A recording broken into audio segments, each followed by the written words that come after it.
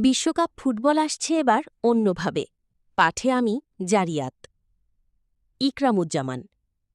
বিশ্বের কোটি কোটি সমর্থক ও ভক্তদের হৃদয় ভেঙে দিয়েছে ইতালি। টানা ৩ বার ২০১৮, ২০২২ ও ২০২৬ তারা উত্তরোত্তর ব্যর্থ হয়েছে বিশ্বকাপ ফুটবলের বাছাই পর্বে। অথচ এই দলটি বিগত দিনগুলোতে বিশ্বকাপ জিতেছে ৪ বার আর রানার্স আপ হয়েছে ১৯৭০ ও ১৯৯৪ ২ বার। বিশ্বকাপ ফুটবলের ইতিহাসে ইউরোপীয় কোনো দলের এ ধরনের ব্যর্থতার নজির আর নেই। ইতালি ফুটবল জাতি। ফুটবল ওদের প্যাশন, ভালোবাসা, গর্ব এবং আবেগ। নীল রঙের উৎসব এবং মাদকতার রূপ ফুটবল মাঠে বিশ্বকাপের লভ্যতার ব্যর্থতার কোনো জবাব নেই। নীল লাস্মিত ফুটবলকে মজে ওরা জীবনের অর্থ খুঁজে পায়। সেই ফুটবলে আজ বিষাদের তরি ডোবা, উদ্বেগ আর উৎকণ্ঠার ছাপ। ৩ বার ব্যর্থতার বোঝা নিয়ে মাঠে ছাড়া তো কোনো সাধারণ বিষয় নয়। একটি নিটল এবং বৈচিত্র্যময় দল বিশ্বকাপে বাছাই পর্বে শেষ মুহূর্তে এভাবে মুখ থুবড়ে পড়বে, এটি কাম্য নয়।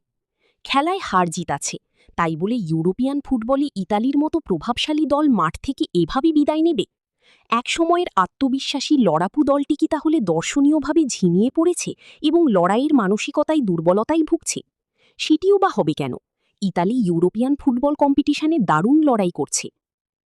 ফুটবলকে আপনি যেভাবে চাইবেন ঠিক সেভাবে অনেক সময় পাবেন না। খেলার সঙ্গে অনেক আবেগ জড়িত। সাধ্যমতো চেষ্টা করা হয়, কিন্তু সবকিছু তার কাছে যিনি সবকিছু নিয়ন্ত্রণ করেন। কাউকে সম্মানিত করেছেন, কাউকে পর্যুদস্ত করেছেন। তিনি জানেন কেন তার এই লীলা। ফুটবলের সঙ্গে আছে জীবনের অদ্ভুত সংযোগ। জীবনে ভালো খেললেই যে জয় নিয়ে মাঠ ছাড়া যাবে তার নিশ্চয়তা নেই। আবার তেমন কোনো অধিকারী না হওয়া সত্ত্বেও সুযোগকে কাজে লাগিয়ে গোল দিয়ে বিজয়ের আনন্দের স্বাদ নিতেও ছাড়াতেও দেখা যায়। প্লে অফ ম্যাচে উত্তর ম্যাসিডোনিয়ার বিপক্ষে ১-১ গোলে খেলায় ড্র করার পর পেনাল্টিতে ৪-১ গোলে হেরেছে ইতালি। ওরা জয় ছিনিয়ে নিতে পারেনি।